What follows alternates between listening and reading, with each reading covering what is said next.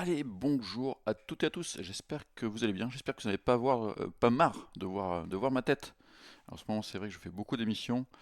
C'est normal. Ben a un peu de vacances et on lancera les matchs bien sûr le 15 août. Ça va arriver vite, hein, mine de rien. Mais on est là. On se retrouve pour parler un petit peu mercato, mais pas que parce qu'il y a eu un peu de football et ça fait du bien. Je vous le cache pas. Bonjour à Phoenix, à Gabohem, au président des Lapins. 49 mois, 49e mois pardon, d'abonnement. Merci, grand merci à toi. C'est la famille et vous êtes là. Merci beaucoup à Nico Skill aussi. Euh, on va parler de quoi aujourd'hui? Vous le savez, débat fac, mercato, en période de mercato. Donc en ce moment, on parle pas mal de mercato, mais aujourd'hui, je voulais pas parler que de mercato. Je voulais aussi parler un petit peu des matchs, parce que c'est un peu ce que l'on voit ces derniers temps. Il y a eu quand même deux matchs en 2 jours, dimanche, lundi, face à des petites équipes. On en parlera juste après. D'abord, pour commencer, on va quand même et oui, commencer par le mercato. C'est quand même un petit peu la base de ce, de ce rendez-vous. Alors, premier thème, c'est Oba. Notre ami Aubameyang qui devait arriver aujourd'hui, il devait arriver à 19h30 et finalement arrivé décalé. Alors ça ne remet pas en cause le transfert. Je vais vous lire le petit message envoyé par l'OM. Cher média, hein, c'était pour les journalistes qui suivent l'OM au quotidien. L'Olympique de Marseille informe ses supporters et les médias que l'arrivée de Pierre-Emerick Aubameyang, initialement prévue aujourd'hui, donc 22 juillet, à 19h15, à l'aviation générale de l'aéroport de Marignane, est reportée à une date ultérieure. Le club travaille en étroite collaboration avec les parties concernées afin de finaliser cette arrivée dans les meilleures conditions et les plus brefs délais. Bon, ça devrait être dans un jour ou deux, quoi. Donc Aubameyang, un peu décalé. C'est un thème que je voulais un peu aborder pour parler plus, plus généralement du mercato et de tous ces dossiers qui traînent. Comment ça, le son est très bas? Ça fait plusieurs fois que vous me dites ça là. J'ai l'impression que le son marche bien. C'est moi qui me parle un peu moins fort, hein, je sais pas, quitte. Euh, donc ce que je disais, ouais, c'est tous ces dossiers qui traînent un petit peu. Donc Aubameyang, ça traîne encore un peu, même si ça devrait arriver. On voit bien que l'ami Pechao, ça traîne encore. Il n'y a pas d'accord. Il y a encore un article qui est sorti tout à l'heure dans la presse néerlandaise qui dit que ça n'a pas, il n'y a pas encore d'accord, que l'OM doit faire une dernière offre aujourd'hui mardi. Il disait ça hier, il disait ça avant-hier. C'est comme Moya, tous les jours la presse italienne dit que c'est fait et ça n'arrive pas. Donc c'est vrai que un peu, ces dossiers-là sont un peu longs. L'OM a du mal à concrétiser cette deuxième phase de mercato. Alors pas d'inquiétude, hein, le championnat reprend le 15, je l'ai déjà dit tout à l'heure. Je trouve que ça va dans le bon sens, mais c'est vrai que cette deuxième phase, j'ai l'impression que la direction n'arrive pas à aller aussi vite qu'elle le voudrait en tout cas. Ça prend un peu de temps et ils aimeraient bien peut-être conclure ces dossiers-là. Je rappelle Aubameyang, Petchao dans l'absolu. Bon après Petchao ça peut capoter encore. Aubameyang c'est réglé normalement. Petchao ça peut capoter, c'est un gros transfert. On parle de 30-35 millions d'euros. Il y a aussi le dossier Wea qui pourrait coûter 15 millions plus des bonus. Moi, je trouve ça très, très élevé. Et il y a toujours cette recherche d'un défenseur central. On a vu, là, il y a une information qui est sortie comme quoi West Ham pourrait finalement tenter de conserver Naïef Aguerd. Donc, ça, c'est une très mauvaise nouvelle si c'est le cas. Donc, il y a tous ces dossiers sur le feu. Ça, c'est pour ce que j'ai appelé la deuxième phase mercato. Et la troisième phase, ça sera de régler toutes les cas particuliers sur les remplaçants. On le verra tout à l'heure un peu en analysant les compos sur les matchs amicaux. Donc ça c'était mon demi-premier sujet. Le deuxième sujet que je voulais aborder avec vous, c'est Greenwood. Greenwood, franchement, bon, au-delà des matchs amicaux, deux matchs, 4 buts, des frappes, en veux-tu, en voilà, aisance technique, bah, tout ce qu'on aime quand Greenwood est en forme. Moi, ce que je voulais aborder, c'est pas forcément ses prestations lors de ces matchs amicaux, parce qu'encore une fois, l'adversité est quand même moindre. Des trois néerlandaises, des deux belges, c'est pas dingo. On peut pas non plus complètement juger. On se rend juste compte qu'il est en forme, et c'est justement ça. Le point, je voulais juste un peu relever. Il y a une grande interview de l'équipe ce matin de Deserbi pardon, dans l'équipe ce matin, et il a parlé de plein de sujets. Il a parlé du mercato, mais il a aussi parlé de Greenwood et de son état physique. Ça c'était intéressant. J'avais sélectionné l'article, bien sûr, je ne le retrouve plus. Qu'est-ce qui s'est passé? Il a disparu. Euh, Où est-ce qu'il... Ah, voilà, il est là. Je sais pas ce qu'il il a disparu. Donc il parlait du mercato, il était content d'avoir retenu ses cadres. Et le journaliste de l'équipe lui pose une question ce doit être Mathieu Grégoire d'ailleurs, lui pose une question sur Greenwood. Euh, il dit nous avons fait des tests physiques, je suis presque inquiet. Il est rentré de vacances trop en forme. Je lui ai dit mais Mason, tout va bien. Les tests physiques montrent qu'il est mieux aujourd'hui qu'en février. C'est incroyable. Donc, clairement, notre ami Greenwood, il est rentré de vacances ultra fit. Et d'ailleurs, je trouve que ça se voit sur le terrain parce que même si les adversaires sont pas top sur les 2 premiers matchs, tu sens qu'il est en forme. Et ça, c'est vraiment intéressant parce que euh, s'il arrive hyper fit, hyper motivé, c'est qu'il a envie de faire une grosse saison, il a envie de briller en Ligue des Champions. Et ça, je trouve ça très rassurant. Et je trouve que c'est une information vraiment intéressante. Le garçon est en forme physique, il s'est bien préparé cet été. Il veut frapper fort. Donc il veut faire une grosse saison, il veut briller sur la scène européenne. Et ça, moi, ça me plaît. Donc je voulais vous parler de ça. Greenwood, c'est très positif, c'est quand même le facteur X de l'attaque.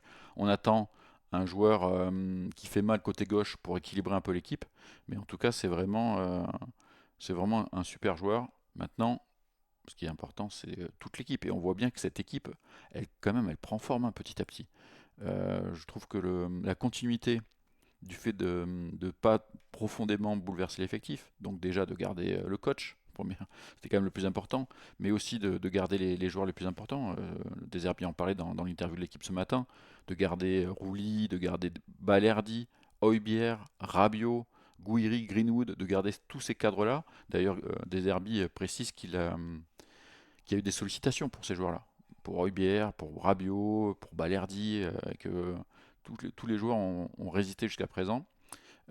Donc pour revenir, deuxième thème, et après je réponds à vos questions et on voit tous vos sujets, c'est vous qui choisissez. Donc pour revenir sur les 2 premiers matchs amicaux, euh, je vous mets la compo, euh, la compo des titulaires, parce qu'en vrai, lors du premier match face au club de l'Excelsior, je sais plus comment il s'appelle ce club. Enfin bref, la victoire 5-0, première mi-temps, l'équipe type qui commence, c'est celle-là. Il y a quand même des interrogations sur ce 11, c'est pas des grosses interrogations. Il y a des interrogations et des points positifs. Les deux interrogations que je peux avoir, moi, c'est les latéraux.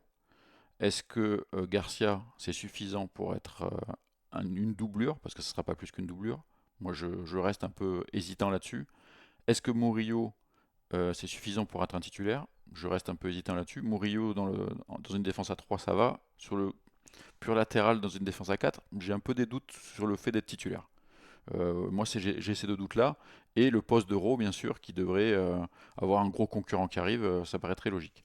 Donc ça, c'est les questions qu'on a. Est-ce que Medina évoluera titulaire à gauche si un central gauche arrive rapidement? Voilà, ça, c'est les petites questions qu'on peut se poser. Sur les matchs amicaux, ça, c'est l'équipe type donc, qui a débuté face à la D3 néerlandaise. Et c'est l'équipe qui est rentrée à la mi-temps, la deuxième mi-temps, face à Charleroi, la D2 belge. C'est les titulaires pour l'instant, en attendant peut-être 2 recrues titulaires. Ce qu'on a pu voir, on peut pas tirer de conclusion. C'est des matchs amicaux.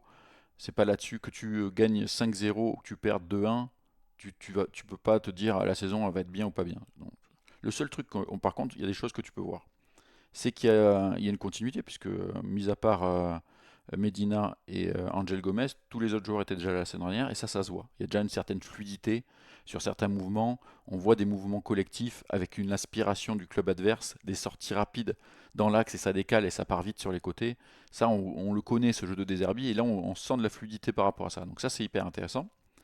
Deuxième chose intéressante, c'est les recrues.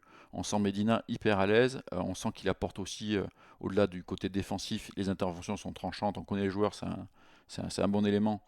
Mais aussi offensivement sur les corners, il a marqué un but de la tête lors du premier match, mais il a pris d'autres ballons, on sent que ça va être une arme aussi offensive, ça c'est un point positif.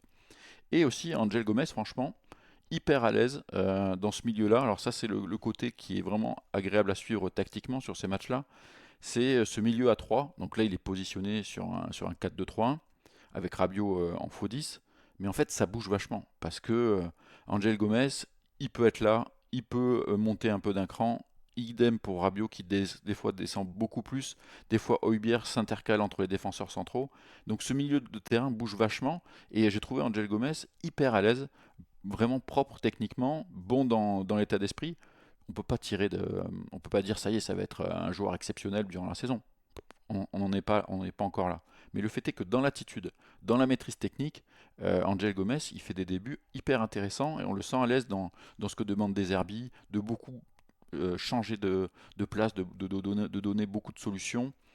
Il est à l'aise dans les transmissions, il est agressif à la récupération, il est bon techniquement, petit gabarit, plutôt à l'aise.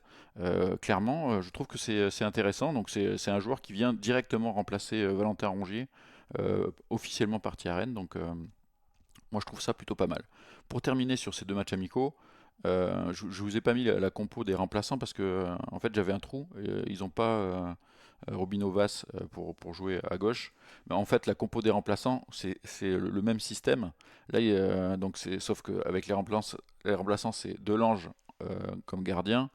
Euh, et après, tu avais en défense centrale Kondogbia Cornelius, deux gauchers. Tu avais Lirola à gauche, la recrue Egan Riley à droite. Milieu de terrain, le petit Bakola avec Nadir. Harit en 10. Donc, et les jeunes, Abdallah, Eva sur les côtés et Mopé en pointe. Ce qu'on peut juste dire de cette compo de remplaçants, c'est que c'est beaucoup moins intéressant et on voit bien qu'il y aura des manques et qu'il va falloir recruter. Et pour moi, ça sera la troisième phase du mercato, ça, d'améliorer certains postes au niveau des doublures. Les deux trucs qu'on peut retenir, c'est d'une part les jeunes. Je trouve que Abdallah n'a pas froid aux yeux, beaucoup de maladresse dans la finition, mais en termes de prise d'initiative, c'est plutôt intéressant. Bacola, vraiment intéressant, costaud milieu de terrain, doit s'améliorer sur les passes, je trouve, un peu trop de déchets. Et Vas aussi intéressant côté gauche, donc j'ai bien aimé ces trois jeunes qui peuvent prétendre à figurer sur des feuilles de match cette saison, et ça c'est plutôt pas mal. Par contre, la deuxième chose, ça c'est les jeunes qui sont plutôt pas mal. La déception, c'est c'est le niveau et l'attitude même sur certaines actions, j'ai envie de dire, de Harit et Mopé. Moi, je m'interroge sur ces deux joueurs qui sont clairement pas dans la rotation, enfin, non, pas dans la rotation, pardon, qui sont pas dans le 11, donc qui partent pas pour être titulaires. On voit bien qu'en plus, avec l'arrivée d'Aubameyang, pour Mopé, ça va devenir compliqué. Et Harit, on s'interroge à ce poste-là de 10. Pour l'instant, il pourrait faire les doublures, mais je le vois pas faire autre chose en fait. Je m'interroge un peu sur ces joueurs-là, à voir comment ça se termine. Et pour être complet, il y a le petit Salami, j'ai vu passer dans le chat, Kit qui en parle, qui a remplacé Murillo, qui s'est fait expulser. Alors ça, on peut en parler 2 secondes, mais l'arbitre qui met un carton rouge, enfin deux cartons jaunes en 2-2, c'est un match amical sur des obstructions. Il y a des fautes, hein, il les fait les fautes. Mais c'est n'importe quoi, c'est un match amical, c'est pour travailler. Donc il a autorisé l'entrée de Selami qui a joué latéral droit, il a fait son match correct. Moi, j'ai vu des mecs qui s'enflamment sur Selami. Sur ce match-là, je l'ai trouvé correct, mais moi je m'enflamme pas sur ce match-là en tout cas. Bref, il manque peut-être un créatif au poste de 10 et, euh, et on verra la fin du mercato. Déjà finir cette deuxième phase avec l'ailier gauche, le central gauche, Aubameyang et peut-être Wea. Déjà, ça, si l'OM conclut ça, en termes de 11 de départ, on est bon.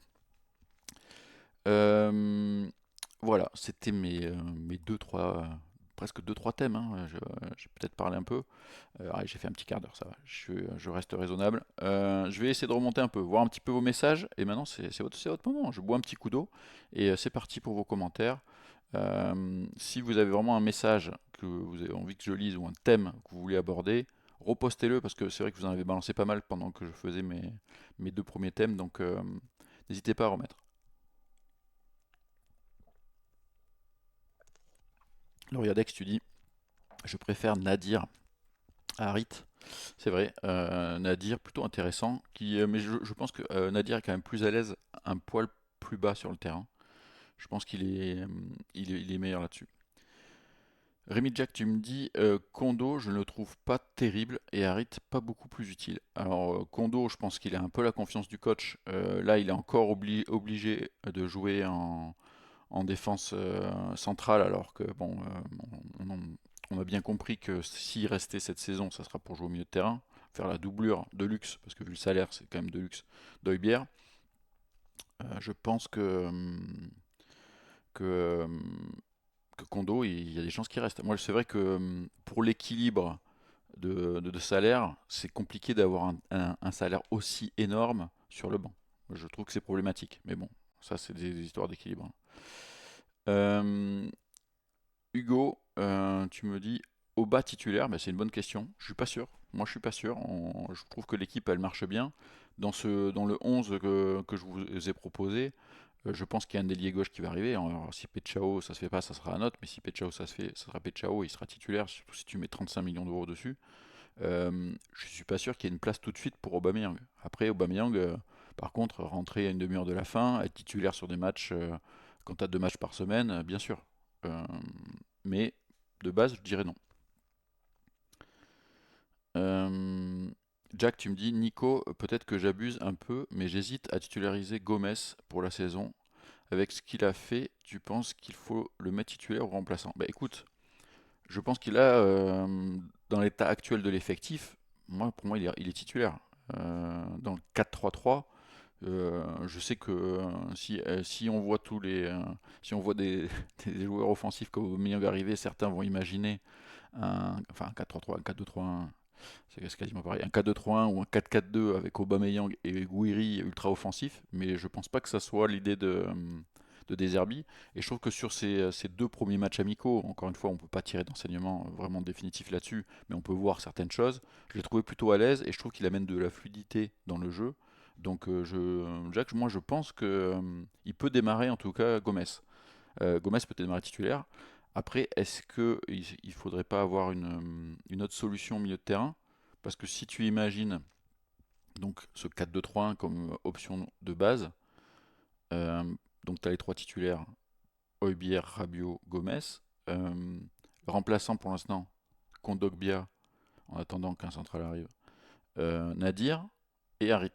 Moi je suis pas sûr que Harit il reste. Et, et même s'il reste, s'il ne faudrait pas encore un autre profil pour ce milieu-là.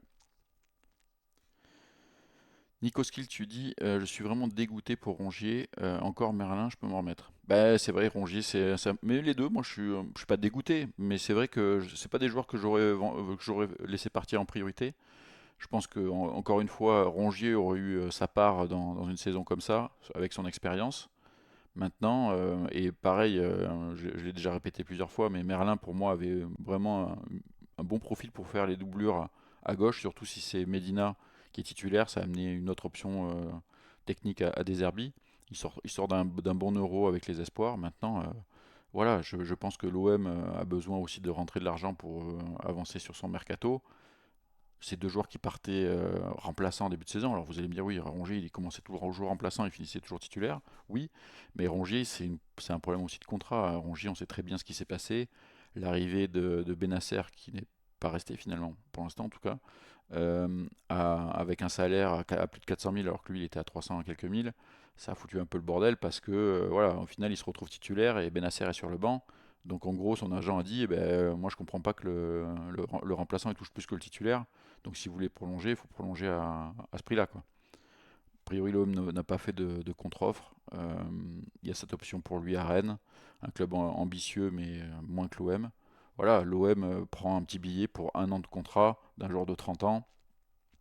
Finalement, c'est pas bien vendu, mais c'est pas mal vendu, quoi, en fait.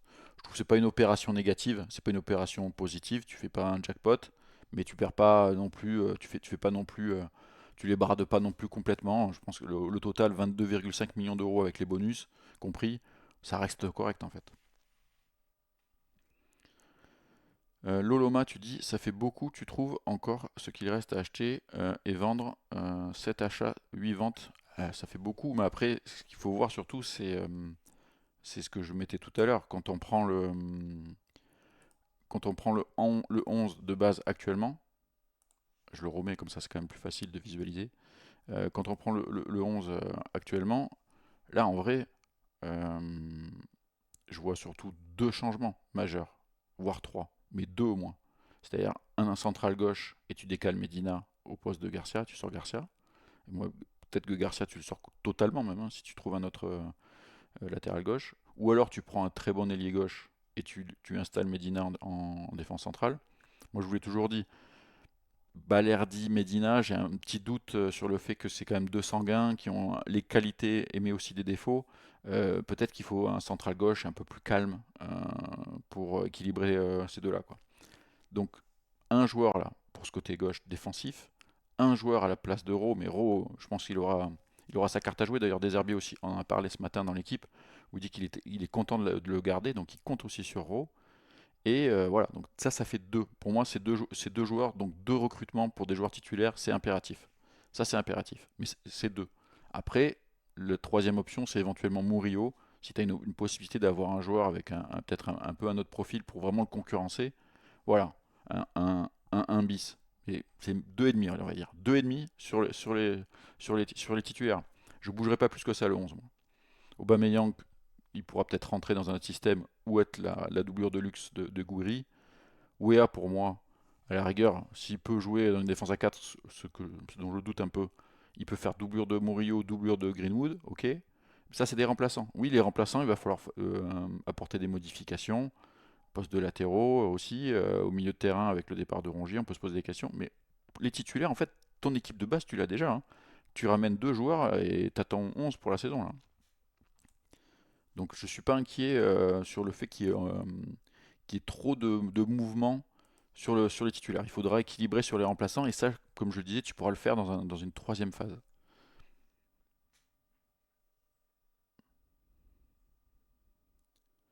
Euh, Osalexma, tu me dis, pour toi, Rabiot meilleur en 6 ou en faux 10? Ouais, il joue pas vraiment 10, 6 pardon. Si on veut argoter sur les numéros et les postes, c'est plus un 8 en vrai. C'est plus un 8. C'est son meilleur poste 8. Et là, il joue entre 6 et 10 quoi. Il joue 6 des fois, pas complètement mais un peu, 8 souvent et un peu 10 parfois. Il a un rôle un peu hybride où il se projette il a déjà montré la saison dernière que ça pouvait être intéressant. Il manque sûrement de vitesse sur certaines actions, mais il peut aussi beaucoup permuter avec Angel Gomez qui est petit gabarit, beaucoup plus rapide. Voilà, ça bouge beaucoup au milieu de terrain, ça je trouve que c'est intéressant parce que ça va permettre beaucoup de choses et de déstabiliser l'adversaire. Black Livia, tu me dis, on devrait garder Unai pour remplacer Rongier. Bah, ça a l'air un peu compliqué là, j'ai vu passer, je crois que c'est une info du média Africa Foot qui disait que Unai était un peu remonté contre la direction, qui privilégiait que des clubs qui payaient beaucoup et que lui, il voulait surtout un challenge sportif et qu'il avait des objectifs avec son équipe nationale. Et voilà, donc ils sont pas sur la même longueur d'onde a priori. J'ai pas l'impression qu'ils fassent partie du schéma. Euh, Lupobino, tu dis, est-ce qu'on ne perd pas du temps sur des joueurs avec Pechao? J'ai l'impression que Feyenoord nous utilise pour négocier avec un autre club de Première Ligue ou autre. C'est possible. C'est vrai qu'a priori, ils veulent vraiment profiter de la saison qui a été extraordinaire en termes de buts. Il a eu beaucoup de réussite, Pechao. C'est peut-être ça le petit inquiétude qu'on peut avoir. Est-ce qu'il peut refaire une saison en étant aussi prolifique, en étant autant de réussite? Maintenant, l'OM semble avoir vraiment envie de faire ce joueur-là, qui est assez déséquilibrant, qui percute beaucoup, même s'il a pas mal de déchets. On a déjà fait des, des petits détails là-dessus. Je vous avais montré toujours les visuels de DataScout qui sont intéressants là-dessus parce que ça permet de voir les qualités mais aussi les défauts du joueur. Je vous avais montré aussi la comparaison avec Greenwood, on peut la remettre 2 minutes, hein, je l'ai gardé là de l'autre jour. Euh, on voit que en termes de passes, Greenwood est largement supérieur. La saison dernière, les deux ont marqué beaucoup de buts. Par contre, en termes de course, de pointe de vitesse, d'engagement physique sur toutes les courses, etc., Pechao est beaucoup plus intéressant. Donc, Ça va être un mec qui va remuer beaucoup, qui va faire beaucoup d'appels, qui va beaucoup percuter, qui va aussi perdre pas mal de ballons parce qu'il réussit pas tous ses dribbles. Mais ça peut être intéressant d'avoir ce profil-là d'un mec qui met un peu le feu dans son couloir. Ça peut un peu rééquilibrer l'équipe et créer de l'espace pour Greenwood qui lui est clinique. Voilà, c'est un mec qui frappe de loin aussi. Pechao, ça peut être un argument supplémentaire. Donc, je comprends l'idée de la direction, en tout cas, d'aller chercher un pendant à Greenwood parce que tu as besoin de rééquilibrer un peu cette équipe qui penche trop à droite à cause de Greenwood. Quitte, tu dis, Mopé, c'est un gros salaire pour ce qu'il fait sur le terrain. Oui, ben oui. Ben, dans cette lignée-là, tu mets Mopé, tu mets Harit et tu mets Kondogbia. Trois joueurs qui ont des salaires surélevés par rapport à ce qu'ils apportent à l'équipe. Après, c'est mon avis, hein. J'ai l'impression que Deserbi est très content d'avoir Kondogbia, qui est un joueur sérieux, qui est un joueur qui a quand même, quand il n'est pas blessé, c'est ça, c'est un autre problème, apporte une stabilité à l'équipe. Même la saison dernière, en défense centrale, il a fait des bons matchs, je suis obligé de le reconnaître. Je suis pas très fan du joueur, mais enfin, en tout cas à Marseille. Voilà, maintenant, je trouve que c'est surpayé par rapport à ce que ça amène, c'est sûr. Isco du 57, tu me dis, je suis un peu perdu. Je ne sais plus trop si on va partir sur un latéral ou sur un central avec le peu d'infos sur Aguerd et Ndika. Ben, j'ai envie de te dire, peut-être que tu n'es pas le seul à être perdu. J'ai l'impression qu'en fait la direction veut satisfaire des Herbies. Clairement, des Herbies, il veut équilibrer son équipe et ce côté gauche. Il débute les matchs amicaux en mettant Medina en centrale gauche face à des équipes, une fois, je le redis, très modestes. On le sent à l'aise dans ce système-là. Maintenant, c'est aussi parce que Cornelius, c'est quand même pas un super niveau, que t'as pas des remplaçants aussi au poste de latéral droit, tu es obligé de bricoler. C'est Egan Riley qui joue latéral droit avec l'équipe des remplaçants. Je pense qu'ils veulent un central gauche. Euh, Plusieurs médias disent que Aguerd est la priorité. Maintenant, c'est un dossier compliqué qui est loin d'être fait. Est-ce que si ça ne se fait pas, tu peux changer ton fusil d'épaule et te dire, bon, les centraux gauche, c'est dur. Bah, d'ailleurs, on voit que Renato Vega devrait signer à l'Atlético. On parle de 35 millions d'euros. Laporte, lui, est tout proche de revenir à l'Athletic Bilbao. Donc déjà deux noms aussi qui étaient évoqués dans la liste possible des recrues de l'OM qui vont filer en Liga. J'ai l'impression que c'est compliqué. L'OM a du mal à être efficace sur ce poste alors que c'est clairement une priorité, hein. On l'a bien vu la saison dernière d'avoir un complément à Balerdi. Alors Medina est arrivé, Medina peut jouer, peut tenir ce rôle, on le dit. Mais on avait l'impression, en tout cas c'est ce que plusieurs médias disaient, c'est ce qu'on avait compris, que Medina avait été aussi recruté pour faire office de latéral gauche et solidifier cette défense avec un côté droit beaucoup plus offensif. C'est pour ça que je trouvais le fait d'avoir Merlin en doublure. Alors Garcia peut le faire, hein. Garcia est plutôt intéressant dans ce côté projection. D'ailleurs, un truc qu'on n'a pas dit, juste 2 secondes tactiquement, les latéraux, là, ils ont tendance, en fait, quand ils montent, à se mettre à l'intérieur du terrain et laisser l'ailier vraiment sur son côté. Donc ça crée des zones d'incertitude, c'est plutôt intéressant. Et je trouve que Garcia, dans ses appels, le fait bien. Après, on connaît les limites techniques de Garcia et les limites défensives de Garcia. Est-ce que l'OM peut se dire finalement on va peut-être prendre un latéral gauche de haut niveau et laisser Medina dans l'axe? Je ne sais pas si c'est pas une réflexion qui pourrait arriver s'ils n'arrivent pas à trouver leur central gauche. Lopododo, tu me dis salut Nico, en tant que suiveur assidu de l'OM, avec ton œil de lynx, ouais, bon, me passe pas trop de pommade quand même. Toi, le sage, oh putain, 3 phrases de suite, qui a tellement réfléchi et stressé à cause de ce club que tu n'as plus de cheveux, c'est vrai. Un petit tac là, mais c'est vrai. Mais je pense pas que ça soit lié à l'OM, hein. Mais je voulais te demander quels pourraient être les objectifs raisonnables de cette saison Ligue 1, Ligue des Champions et Coupe de France. Alors effectivement, je n'ai plus de cheveux, mais je pense pas que ça soit lié à l'OM, hein. Je pense que malheureusement, c'est comme ça, de père en fils, on les perd, hein, les cheveux, puis il faut accepter. J'ai accepté, tu sais, c'était avant d'accepter que ça a été difficile, maintenant que j'ai accepté, ça va, c'est plus facile. Non, mais mis à part ça, oui, j'ai vécu des moments forts et des moments compliqués, mais bizarrement, les moments compliqués avec l'OM, c'est aussi des... Avec le temps, ça reste pas des bons souvenirs, mais ça reste des souvenirs qui sont gravés en toi. l'année où l'OM en 99 se fait taper le titre à la dernière journée avec Paris qui se couche face à Bordeaux. Ce genre de moment, je m'en souviens. Je me souviens de la défaite aussi en 91. Les premières victoires aussi à la fin des années 80 où moi je commençais à m'éveiller au football, etc. Le titre bien sûr 93, même si j'étais encore jeune. Euh, voilà, puis les difficultés anciens en Ligue 2, enfin il y a eu plein de moments, Drogba, la saison Drogba, un peu dingue, moi j'étais à l'étranger à ce moment-là. La victoire de Deschamps, je revenais d'un tour du monde, ouais, il y a plein de moments. Bon bref, j'ai un peu de digression. Qu'est-ce que je vois pour cette saison?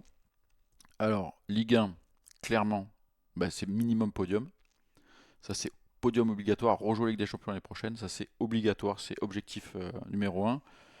Deuxième objectif, une fois que tu as réalisé ça, c'est essayer d'enquiquiner le PSG le plus possible. Même si sur une saison, ça paraît compliqué de les battre. Mais bon, si eux, ils ont un coup de moins bien, il faut être là en tout cas. Ligue des Champions, bah, c'est sortir des poules. Et Coupe de France, bah, c'est de la gagner. Je pense que voilà, en termes d'objectifs, en étant raisonnable, c'est ça les objectifs. Il faut être ambitieux en même temps, donc, mais je reste raisonnable. Tiny Intention, tu me dis, on a eu que Pechao comme rumeur en ailier gauche, à part Fofana, qui est impossible à faire. Bah, il y a eu Noah Lang qui a signé à Naples. Si vous avez vu les premières déclarations du joueur, putain, le mec il a un melon mais surdimensionné. C'est pour ça, le mec a dit quand même, je sais plus la phrase exacte, mais en gros, le public se lève pour un joueur comme moi, quoi. C'est melon incroyable. Il a intérêt à assurer derrière, hein, parce que là il s'est mis la pression tout seul. Donc ouais, il y avait eu Noah Lang, il y a eu Perisic aussi. Oui, comme tu dis, Fofana, ça paraît très compliqué à faire. Lyon, ils veulent 50-60 millions d'euros. L'OM ne sortira jamais une telle somme. Ouais, ben, j'ai l'impression ils ont vraiment misé sur Pechao, quoi, à fond. Si ça se conclut pas, je sais pas sur qui ils vont partir derrière, effectivement. Après, on sait que les listes de Longoria sont particulièrement longues. Benatia et Longoria travaillent ensemble. Ils ont d'autres noms, ça c'est sûr. Mais Pechauk, c'est clairement la priorité. Hugo, tu me dis, j'aime beaucoup Oba. Je trouve que ce qu'il a fait sur sa première saison à l'OM, c'était magnifique. Il a porté l'équipe en Coupe d'Europe. Et effectivement, j'ai beaucoup aimé sa mentalité. Et c'est vrai il avait eu un début de saison un peu compliqué en Ligue 1. Il avait du mal à marquer, il ratait des occasions franches. Et il a lancé sa saison en marquant en Ligue Europa.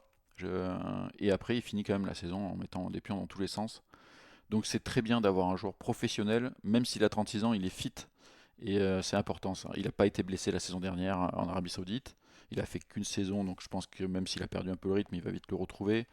Il va remettre ses pieds dans ses chaussons marseillais. C'est une très bonne nouvelle. Je pense qu'en complément de Gouiri, l'expérience d'un Aubameyang, c'est une très bonne idée. Et tu rajoutes le petit Vas et tu as un trio d'attaquants qui est sympa. Donc effectivement, je me pose la question de garder Mopé. VV, tu me dis Riley aussi titulaire. Non, Egan Riley, je pense pas qu'il sera titulaire. Là, il joue latéral droit, mais c'est vraiment parce qu'il manque au poste de latéral droit. Mais ça sera plutôt la doublure de luxe de Balerdi. Je le vois plutôt comme ça. Kit, tu me dis prochain match sera payant. Ben non, ça sera pas payant parce qu'il y a une bonne nouvelle qui est tombée. C'était hier, je crois. Est-ce que j'ai encore les matchs amicaux? Je vais essayer de vous retrouver ça. Oui, je l'ai. Euh, les matchs amicaux, donc il y en a 6.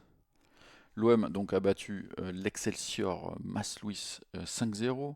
Match nul contre l'Olympique Charleroi un partout. Ces deux premiers matchs étaient diffusés donc sur la chaîne YouTube de l'OM et sur le site. Là, les deux prochains matchs, là, je sais plus comment ça s'appelle, leur cup là, en Andorre face à Girona et Valencia, euh, ça sera. Alors écoutez-moi bien, parce que c'est pas technique, mais ça sera donc payant si vous voulez les voir 100% en direct. Donc c'est-à-dire que ça sera diffusé sur le Twitch de l'OM si vous êtes sub, vous pourrez les voir, ou si vous êtes membre du peuple bleu et blanc sur le site officiel, vous pouvez voir le match en direct. Si vous n'êtes ni sub ni membre à Peuple Bleu et Blanc et que vous voulez quand même voir le match, la bonne nouvelle c'est que la chaîne L'équipe va diffuser les deux matchs en léger différé. Je crois que c'est une demi-heure en gros. Il y a à peu près une demi-heure. Je crois que le premier qui est à 20h, ouais, c'est 20h30 ou 20h45. Et le deuxième qui est à 20h45, c'est 21h et quelques. Donc c'est en léger différé. L'équipe va diffuser les matchs. Franchement, moi je trouve que pour des matchs amicaux où t'as pas une importance de résultats, etc., ça se regardera très très bien sur l'équipe. Si vous êtes abonné, regardez-les en pur direct. Si vous n'êtes pas abonné, du coup il y aura cette option, l'équipe pour ces deux matchs-là. Pour les deux derniers matchs, donc les deux matchs au Vélodrome, là par contre on ne sait pas encore, je le disais déjà la dernière fois, je pense que l'OM aimerait bien le vendre à un Canal Plus ou un média comme ça. Jack, tu me dis, t'as vu le jeune Sami Bedja, 15 ans, il y avait le Barça, Manchester United et Dortmund et d'autres clubs, et l'OM a réussi à le prolonger. Oui, oui, j'ai vu cette info. C'est un jeune joueur qui avait fait un entraînement, ça avait été un peu filmé avec Benatia qui lui annonçait qu'il allait s'entraîner avec le groupe pro. C'est un des jeunes, une des jeunes pousses avec Milan Lecce notamment, qui a du talent au centre de formation, des très jeunes, les 16-17 quoi, 15-16-17. Euh, ok. Je descends un petit peu, je suis un peu en retard. Vous êtes nombreux aujourd'hui, vous envoyez plein de messages. Merci en tout cas de vos participations. Si vous voulez que je lise votre message, remettez-le, parce que j'étais obligé d'un peu descendre, je fais un peu long par moment. Je crois pas que ça soit sur la chaîne Twitch de l'équipe, c'est sur la chaîne de l'équipe, hein, le pouvoir courant. C'est vraiment sur la chaîne de l'équipe. Black Livia, tu dis pourquoi la Ligue ne propose-t-elle pas un abonnement par club pour cette saison? Ils auraient plus d'abonnés. Ligue 1 Plus va faire un bid 18-20 euros par mois, 15 sur 12 mois euh, pour un championnat sur 10 mois. Alors j'avais entendu que cette histoire de 12 ou 10 mois, c'est que tu pourrais te faire rembourser la différence, donc les 2 mois. Donc si tu prends un abonnement comme ça d'un an, donc 30 euros en l'occurrence, tu peux te faire rembourser ou avoir un avoir sur la saison d'après. Euh, je trouve pas que ça revient exactement comme Dazen, c'est quand même moins cher. Après, je suis d'accord avec toi sur le côté Spotify avec que les matchs de ton club. Toi, tu dis un tarif à 10 euros, c'est sûr que ça marcherait bien. Mais si tu fais ça, tu peux pas rémunérer que le club. Donc je sais pas combien tu peux faire ça. Est-ce qu'on va pas aller vers ça? Je pense que si. Maintenant, je trouve que le tarif est plutôt correct. Ils préparent des magazines. Il y aura un magazine le samedi, un magazine le dimanche. On verra ce qu'ils mettront dans la semaine. Moi, je trouve que par exemple, ce genre de matchs amicaux, la chaîne aurait dû les prendre, mais bon, la chaîne elle n'est pas encore prête. Donc c'est pour ça. Est-ce que l'été prochain, tu vois, c'est le genre de truc que tu dois diffuser en fait? Les clubs ont envie de diffuser leurs matchs, etc. Mais tu vois, les deux premiers, tu les mets, l'OM, ils les mettent sur leur réseau. Après, la chaîne de Ligue 1 Plus, ils devraient les récupérer, ces matchs-là. Tu mets pas 10 millions de caméras, tu mets deux trois caméras, et tu mets ces matchs-là. Ça intéresse tout le monde de regarder un peu ton équipe l'été. Tu es en manque de foot de ton équipe, donc c'est toujours bien. Euh, Ideal Spin, tu disais, il y a plus de spectateurs sur le YouTube de l'OM que d'abonnés sur DAZN. Ça dit quoi sur les droits télé? Ah ouais, c'est sûr, c'est clair. Mais après, le YouTube de l'OM, c'était gratuit, quoi. Même s'il y a toujours beaucoup de gens, on verra le prochain match, on verra sur le Twitch de l'OM, où là, ça sera que les subs. On verra combien il y aura de subs en direct. Il y en aura pas mal, mais il y en aura moins que sur YouTube. Euh, Ideal Spin, tu dis, j'habite en Angleterre, et on a déjà ça, ça marche bien, mais tu peux pas regarder sur la télé, c'est un peu nul. Eh ouais. Mais c'est comme l'abonnement à 10 euros de la Ligue 1 Plus pour les jeunes, c'est que sur la tablette ou téléphone, tu peux pas regarder sur la télé.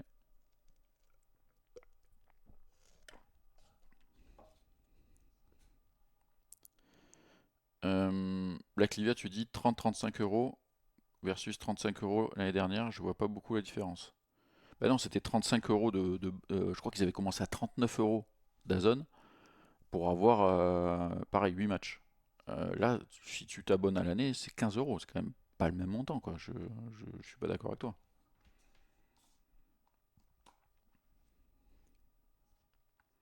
Après, voilà, si tu préfères regarder d'autres sports, c'est sûr que là, c'est la question où c'est que le foot.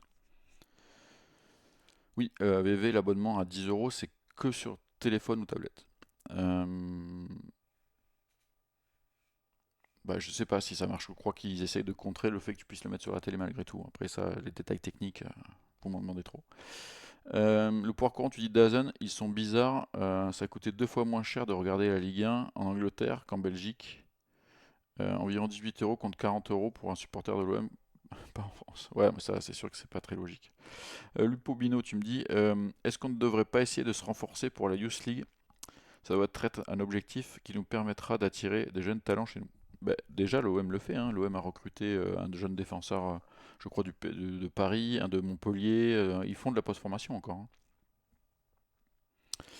Ils l'ont pas annulé, le Trophée des Champions. Si, si, non, ils l'ont pas annulé, c'est prévu en janvier, début janvier, je crois. Facunda Medino, tu dis, on va dire que si tu veux voir tous les matchs, il ne faut pas seulement compter sur Ligue 1+. Oui, ah oui, tu as besoin de l'abonnement Bein.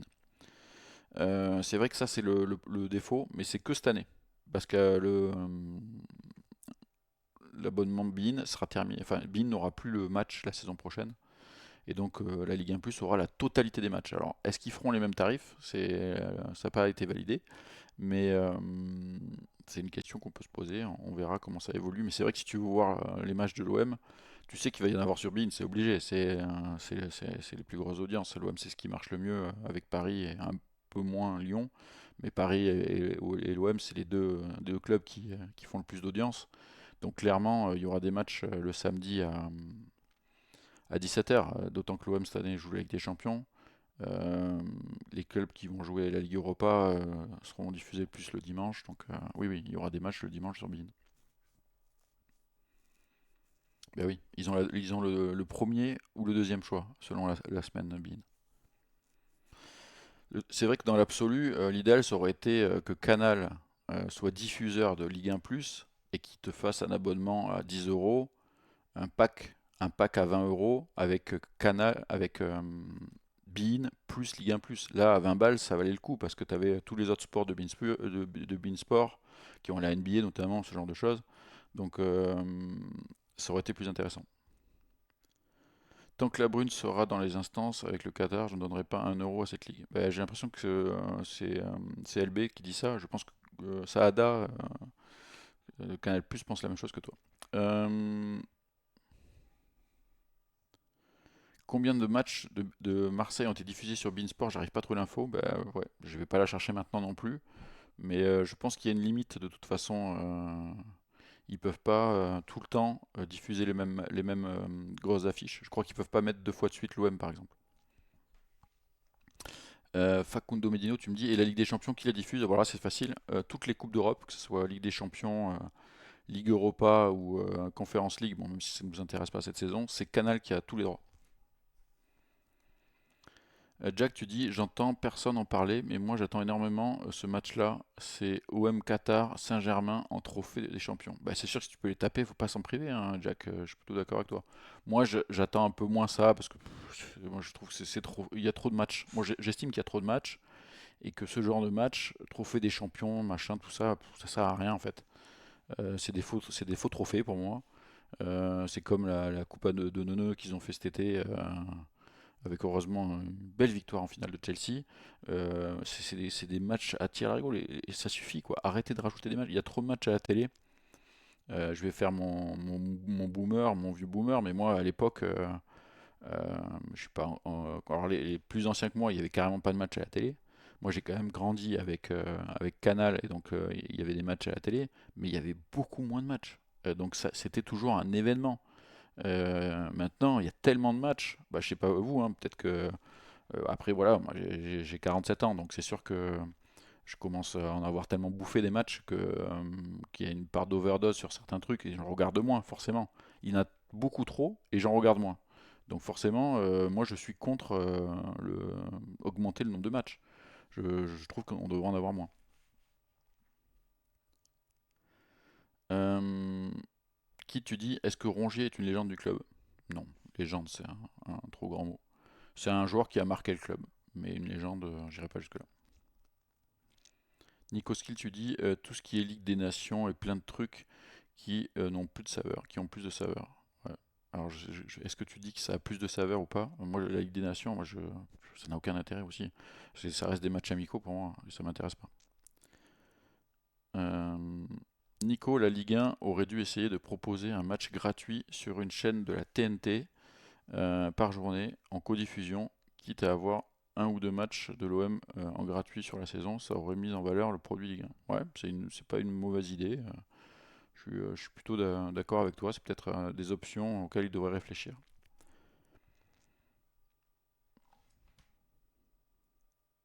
Oui, oui, bah, l'Oriadex, on sait que nos dirigeants sont nuls.